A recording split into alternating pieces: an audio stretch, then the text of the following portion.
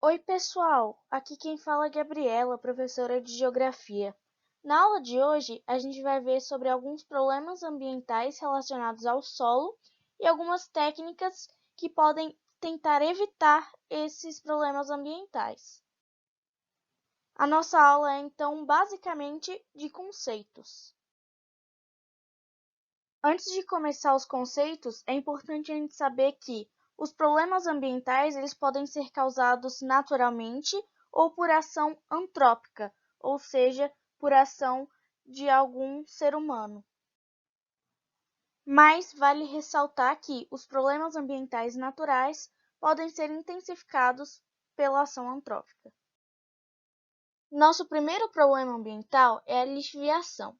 Ela também é chamada de lavagem do solo e ela consiste na solubilização dos sais presentes nesse solo. Isso acontece por causa da infiltração e da percolação da água no solo, ou seja, a água, provavelmente da chuva, de irrigação ou dos rios, ela infiltra no solo e ela percola, ou seja, ela dissolve os sais que estão nesse solo e fica para ela, tira esses sais do solo, e isso leva a um empobrecimento do solo, então o solo fica menos fértil. Esse é um problema natural que acontece principalmente em regiões úmidas, mas ele pode ser intensificado pela ação humana. Nosso segundo problema é a laterização, que é a formação de uma carapaça ferruginosa, ou seja, de ferro, ou de alumínio no solo. Isso acontece em áreas que têm sazonalidade das chuvas, ou seja, em áreas em que tem uma época de seca e uma época de chuva. Isso porque, na época chuvosa, acontece intensa lixiviação, que é a solubilização dos sais do solo. E quando isso acontece, quando a água solubiliza os sais do solo, ela deixa para trás o ferro ou o alumínio. Então, esse solo fica rico em ferro ou alumínio. Só que quando chega a época de seca, essa terra vai ficar desidratada e essa carapaça de ferro ela vai endurecer. Além disso, esse solo vai mudar de cor, porque como a gente viu na aula passada, um solo rico em ferro, ele tem os tons avermelhados. Isso é uma coisa que a gente observa acontecer aqui no Brasil, no Cerrado, que é um bioma que a gente vai estudar mais para frente. Na aula de formação do relevo, a gente já viu sobre ravinas e vossorocas, mas é válido a gente lembrar delas aqui agora, porque elas são resultados do processo de degradação do solo. Elas acontecem principalmente em encostas, ou seja, em terrenos íngremes, e elas são causadas pela erosão, que é importante a gente lembrar que a erosão é o conjunto de processos de desagregação, transporte e deposição de sedimentos. E esses são processos naturais, mas eles podem ser intensificados pela retirada de cobertura vegetal, porque quando você tira cobertura vegetal, você expõe ao solo a erosão e aos agentes intempéricos. Um outro problema que a gente tem são os solos ácidos. Um solo é ácido quando o pH dele é menor do que 7.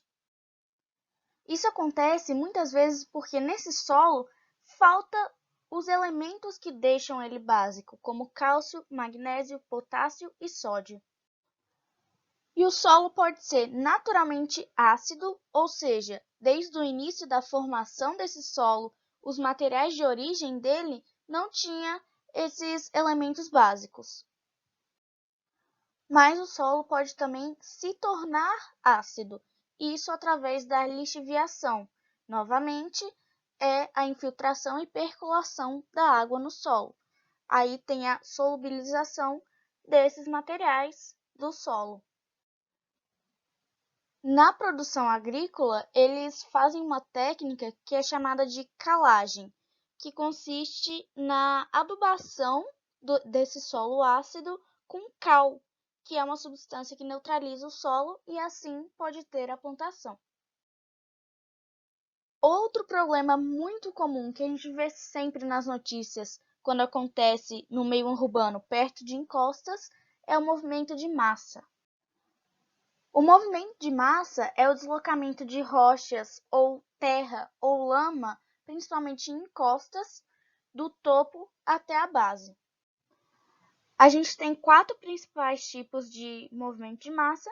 O primeiro é o deslizamento de terra, que é o deslocamento rápido de um volume definido de terra ou lama, que geralmente destrói ruas e construções. O segundo tipo que a gente tem é o desmoronamento, que é o movimento lento e gradual de certo volume de terra ou lama. Então pode demorar anos para que aconteça antes que alguém perceba que está desmoronando. Outro tipo que a gente tem é o movimento de blocos, que é o deslocamento rápido de grandes blocos de rochas que se desprendem em áreas com grande declividade. E por último, a gente tem fluxos ou corridas, que é o deslocamento rápido de massa fluida, ou seja, quase que um material líquido, formando uma lama composta de sedimentos e água. Uma coisa que todos esses movimentos de massa têm em comum é que, na maioria das vezes, eles são causados pela erosão. Outro problema que a gente tem é a arenização, que é a formação de areais no solo, ou seja, é a formação de bancos de areia no solo. Esse pode ser um processo natural que acontece pelo intemperismo do arenito, que é uma rocha sedimentar, que é daí que sairia a areia, ou pode ser por causa antrópica, ou seja, tem intensa agricultura e pecuária numa área e começa a ter a compactação desse solo, e isso forma esses bancos de areia. Esse é um processo típico de climas úmidos e a gente observa que ele vem acontecendo no sul do Brasil. Já esse problema, a desertificação, muita gente confunde com a arenização, mas ele vai além do solo. Ele tem esse nome, desertificação, porque quando ele acontece, a paisagem e o clima parecem com os de desertos. E esse é um processo que é caracterizado pelo esgotamento do solo, ou seja, o solo nessa região se torna inutilizável. Isso acontece porque tem a remoção da cobertura original e a partir disso diminui a taxa de evapotranspiração, que é uma das partes do ciclo da água, que é quando a água que está no solo, na terra ou nas plantas, ela volta para a atmosfera. E como não ocorre a evapotranspiração, também não ocorre a precipitação, que é quando a água da atmosfera vai para os solos. E isso causa que os solos sejam secos e inutilizáveis. Um outro problema que a gente tem muito atualmente, que é exclusivamente antrópico, é a contaminação dos solos. Essa contaminação ela pode acontecer pelo uso intenso de pesticidas e agrotóxicos na agricultura ou então pela infiltração de materiais orgânicos poluentes, como é o chorume, que é um líquido proveniente da decomposição de material orgânico. Ele geralmente vem da decomposição do material que a gente joga no lixo.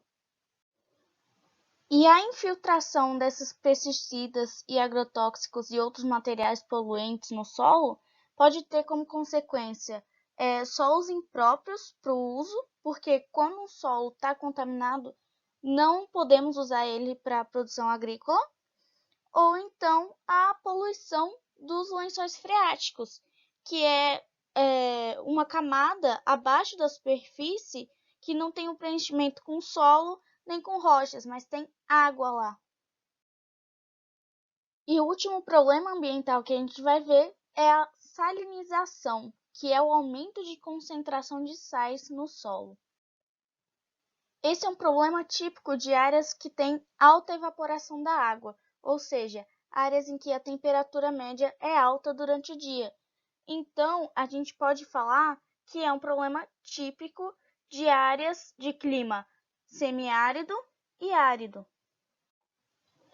Isso acontece porque, pouco tempo depois da irrigação dessas áreas, a água já evapora, então ela não consegue infiltrar no solo direito e quando ela evapora, ela deixa os sais concentrados. A gente viu, então, alguns dos problemas ambientais relacionados ao solo e agora a gente vai ver algumas técnicas de conservação que tentam evitar a degradação desse solo. Mas antes disso, um detalhe importante é que o melhor meio de conservação do solo é evitar a exposição dele, e a gente faz isso deixando a cobertura vegetal. Isso porque, com a cobertura vegetal, a gente evita vários dos problemas que a gente tem ambientais relacionados à água. Porque, com a cobertura vegetal, a água consegue infiltrar no solo e ser absorvida pelas plantas. E o primeiro meio de conservação do solo é justamente manter as matas ciliares. Mata ciliar é a vegetação que a gente encontra nas margens dos rios.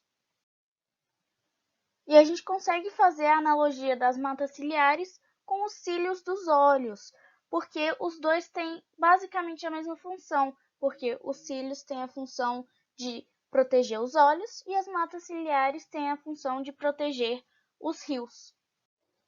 Então, a gente conservando as matas ciliares, a gente evita a erosão do solo e o assoreamento dos rios. Assoreamento é o processo de deposição de sedimentos no fundo dos rios. E outro tipo de conservação que a gente tem é o reflorestamento, que é a reposição da vegetação em locais desmatados, porque, como a gente viu, a cobertura vegetal impõe uma menor exposição do solo, que diminui a degradação desse solo.